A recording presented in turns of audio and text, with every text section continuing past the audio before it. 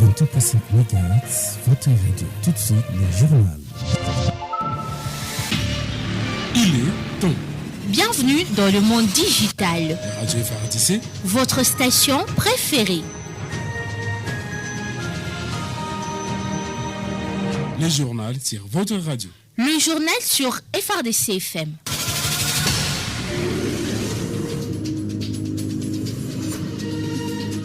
C'est parti pour votre journal de ce jeudi 12 août 2021. Ce journal commence par les grandes articulations.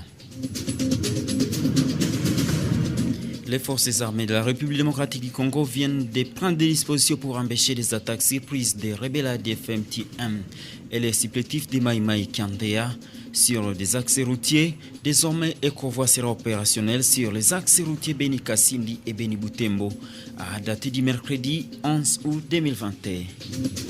Également, au cours de ces journal, les FARDC ont neutralisé 45 rebelles ADF dans le territoire de Beni, plus précisément dans la vallée de Moualika. C'est ce qu'annoncent les portés par les opérations Sokola 1 que vous écouterez dans ce journal. Célébration de la journée internationale de la jeunesse ici à Ville de Beni. Aucune cérémonie n'a été organisée. Néanmoins, le président du conseil de la jeunesse locale appelle la jeunesse à travailler pour l'intérêt de leur pays. Tels sont les titres qui seront développés parmi tant d'autres. Bienvenue au détail. Les journaux. Benjamin Sivanziri. Encore une fois, bonsoir. Les forces armées de la République démocratique du Congo viennent de prendre des dispositions pour empêcher des attaques surprises des rebelles ADF MTM et leurs supplétifs de Mai Mai Kandea. Les FARDC viennent pour cette fête d'instaurer l'escorte des véhicules et leurs passagers sur les axes routiers Beni Kassindi et Beni Butembo à dater du mercredi 11 août 2021. Dans une communication à la presse, le général Sylvain Kenke précise que cette opération se déroulera gratuitement. Les FARDC, les soldats de la MONUSCO et la police nationale congolaise devront assumer la mission. Les porte-parole du gouverneur du Nord Kivu et dans ses propos recueillis par Seros Mouissa. Pour éviter les surprises et les attaques sur les axes routiers Beni Kassindi et Beni Butembo, le gouverneur militaire du Nord Kivu et commandant des opérations a décidé d'instaurer le système d'escorte et de convoyage des véhicules par les éléments des FARDC, de la PNC et de la MONUSCO. Démarré depuis hier, mercredi le 11 août 2021, ce convoyage totalement gratuit est organisé pour assurer la protection des véhicules de transport des marchandises et des passagers. Il est aussi à noter que ce convoyage, jusqu'à nouvel ordre, les usagers de ces axes routiers doivent, tout en gardant patience, se soumettre à cette exigence opérationnelle. Les forces armées de la République démocratique du Congo, plus que jamais déterminées à ramener la paix et la quiétude parmi les habitants de Beni et des environs, se félicitent de l'attitude des populations toujours derrière leur armée et leur police. Les forces armées de la République démocratique du Congo demandent à l'ensemble de la vaillante population du territoire et de la ville de Beni, ainsi qu'à celle de la ville de Butembo, garder son calme. Elle les exhorte à la vigilance sous azimut lorsqu'on tape dans la fourmilière, les fourmis ont tendance à s'éparpiller dans tous les sens et à faire du mal. Chacun doit donc ouvrir l'œil et signaler toute présence suspecte dans son milieu aux forces de sécurité et de défense. Les forces armées de la République démocratique du Congo demandent au vaillant peuple de Beni et de Butembo de continuer de faire confiance au FARDC, leur seule et unique armée et leur dernier rempart, et à la police nationale congolaise, l'unique dont ils disposent. Ensemble, nous allons ramener la paix dans ce territoire longtemps meurtri. Unique comme un seul homme, nous vaincrons ces terreurs égorgeurs et sanguinaires. Nous nous excusons pour cette qualité sonore. Lutte contre les rebelles ADF à territoire de Beni. Les forces armées de la République démocratique du Congo affirment avoir neutralisé 45 rebelles dans les territoires de Beni, plus précisément dans la vallée de Moualika. Cette annonce est du porte-parole du secteur opérationnel Sokola 1, le lieutenant Anthony Mwalushai, lors des points de presse animés de la ville de Butembo, ce jeudi 12 août. Passia Katabi a participé à ces assises. Voici son reportage. Cette bonne nouvelle a été faite à la presse ce jeudi 12 août par le lieutenant Anthony Mwalushai, porte-parole du secteur opérationnel Sokola 1 Grand Nord. C'était le dimanche soir que nous avons commencé à pilonner sur position ADF et nous avons engagé nos troupes d'infanterie pour aller maintenant anéantir définitivement les rescapés ou d'autres blessés qui étaient sur la E1 et 2. Nos troupes sont entrées nuitamment, ils ont opéré et aujourd'hui j'ai l'honneur de vous annoncer le corps vu 45 ADF neutralisés.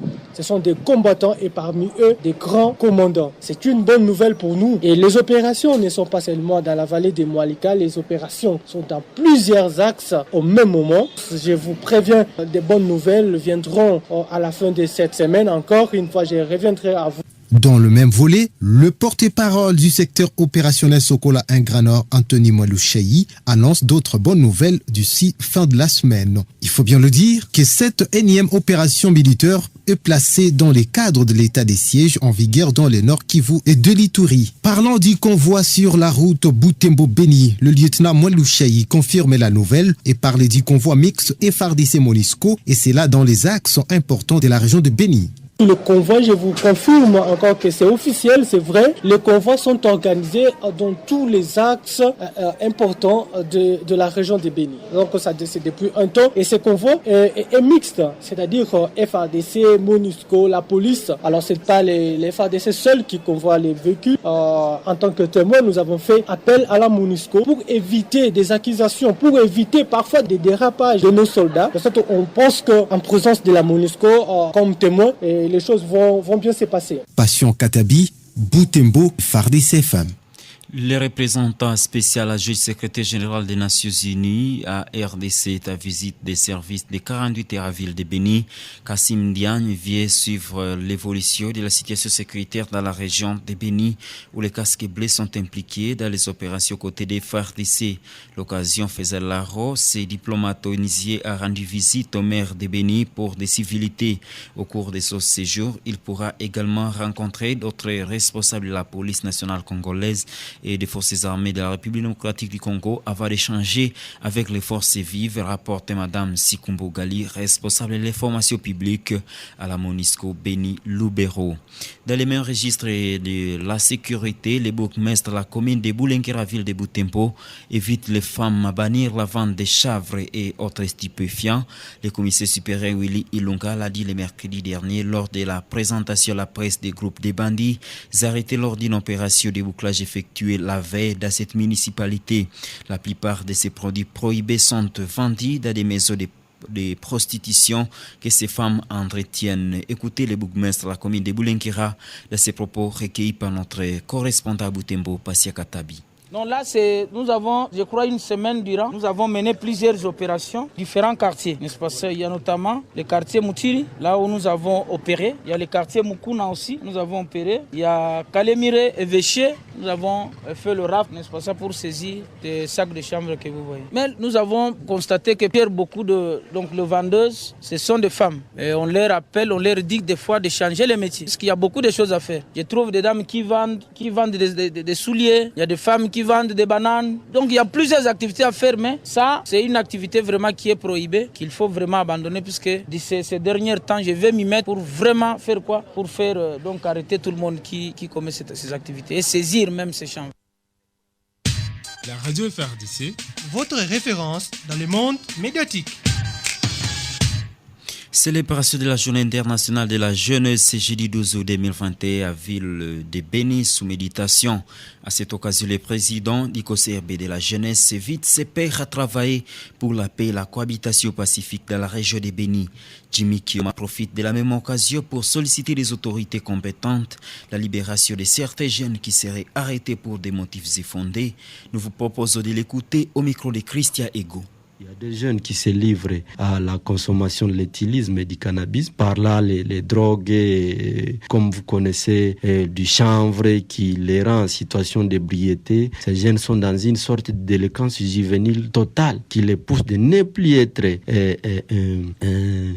une main-d'œuvre de plus pour le développement du pays, mais plutôt un danger au regard de tout ce qu'ils font, parce que c'est lorsqu'ils sont en état de d'ébriété que d'autres choisissent d'aller dans des antivaleurs, notamment carrément adhérer dans des groupes armés, d'autres se livrent à la délinquance juvénile, cambrioleurs, vol à main armée, et que sais-je encore de ces antivaleurs. Donc c'est le moment que nous lançons à la jeunesse de prendre en considération cette journée pour réfléchir davantage, et se dire voilà ce que je peux apporter pour moi-même, pour ma famille, pour ma ville, pour ma province et pour mon pays. Parce que chacun d'entre nous est un édifice pour la construction et le développement de ces pays.